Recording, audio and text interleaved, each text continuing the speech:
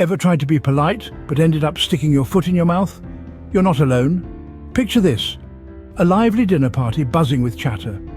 The host, aiming to break the ice, turns to a guest with a rather avant-garde hairstyle and says, "No offense, but your hair is so unique." Cue the crickets as an awkward silence blankets the room. It seems what was intended as a compliment swiftly took a nosedive into the realm of the impolite. Stick around to ensure your next compliment doesn't lead to a comedy of errors. No offense, but are you ready to hear something slightly scandalous? The classic opener that promises nothing but the best intentions, yet somehow always manages to deliver the exact opposite. This phrase, ladies and gentlemen, is the verbal equivalent of laying down a minefield and inviting someone to dance across it. Take, for example, someone saying, "No offense, but that dress isn't very flattering on you." Ouch! It's like saying, "I'm going to insult you, but please don't be upset." Remember, if you have to start a sentence with "no offense," perhaps it's best left unsaid. Ever received a compliment that felt more like a slap? Picture this. Someone tells you, "You're smarter than you look." At first it sounds like praise, but wait a minute. Was that actually an insult cleverly disguised? It's these sneaky jabs, wrapped in the guise of admiration, that can leave us puzzled and slightly offended. They're like a Trojan horse of words, sneaking past our defenses only to unleash confusion. So next time you compliment someone, make sure it doesn't cut. Honesty is the best policy, or is it? Often what we think of as just being frank can sometimes cross the line into being frankly unnecessary. Take, for instance, declaring, "I'm just being honest, your cooking could use some work," while at a friend's dinner party. Sure, it's truthful, but it's hardly tactful. It's the classic case of honesty without the polish of kindness, which can leave a bitter taste that's far worse than any under-seasoned dish. Sometimes a spoonful of sugar really does help the medicine go down. With all due respect, are you ready for a truth bomb? Let's dissect a phrase that's often a wolf in sheep's clothing.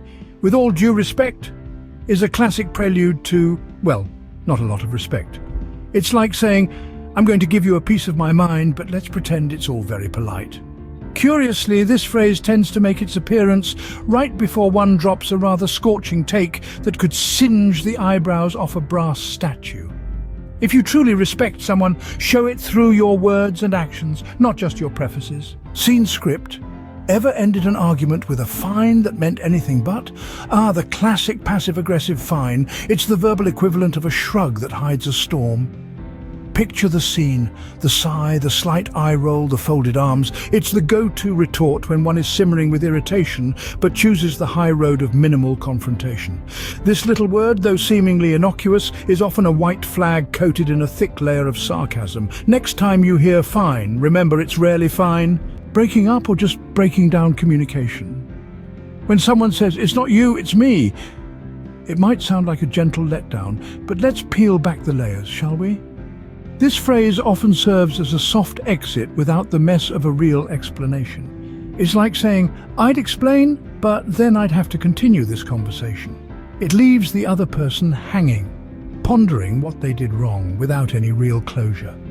Honesty and clarity trump cliches, especially in delicate situations. The southern kiss of death.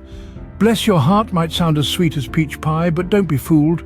This phrase often serves a double duty, sugarcoating a not-so-sweet judgment.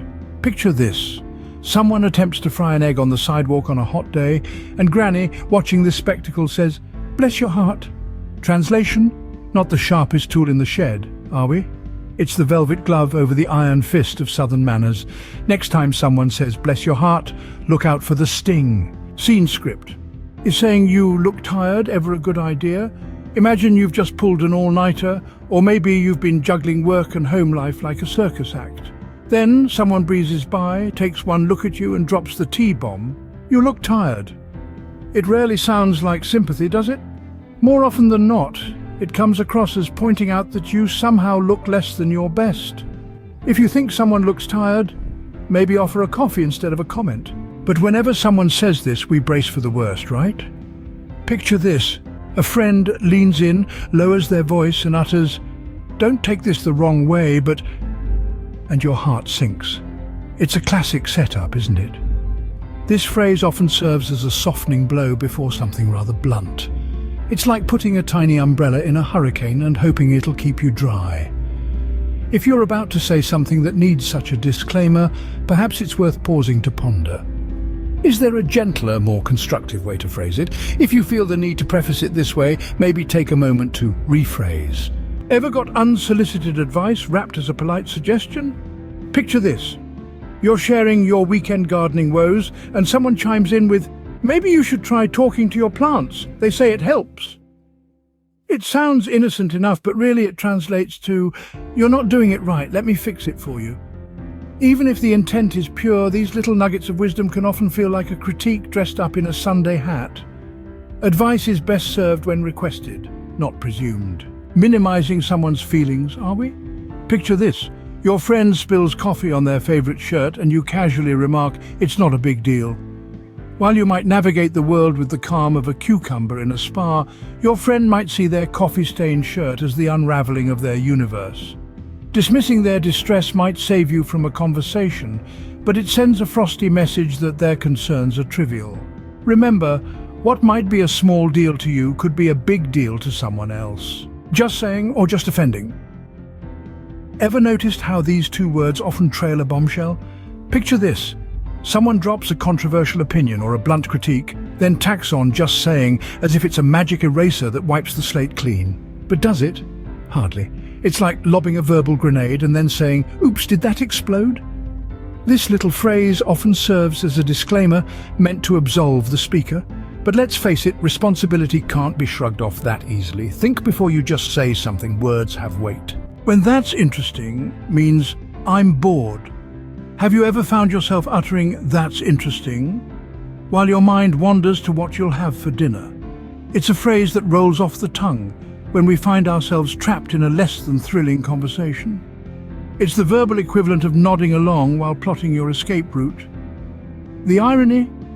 It's meant to show engagement, but often it's just a polite way to signal that you've checked out. Interest is best shown by engaging genuinely, not just parroting phrases. The ultimate conversation ender, whatever. This single word, often peppered with a dash of disdain, can transform a lively discussion into an awkward silence. Imagine you're passionately explaining your point of view, and the response you get is a dismissive "whatever."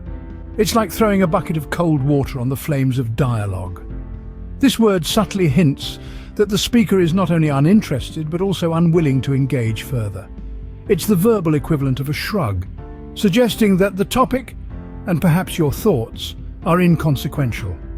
If you care about the discussion, avoid dropping the W-bomb. Well, we've navigated the tricky waters of polite phrases gone wrong. Who knew that "no offense, but" could actually be the prelude to something rather offensive? And isn't it curious how, "with all due respect" often signals anything but respect? It's a veritable minefield out there in the world of courteous conversation.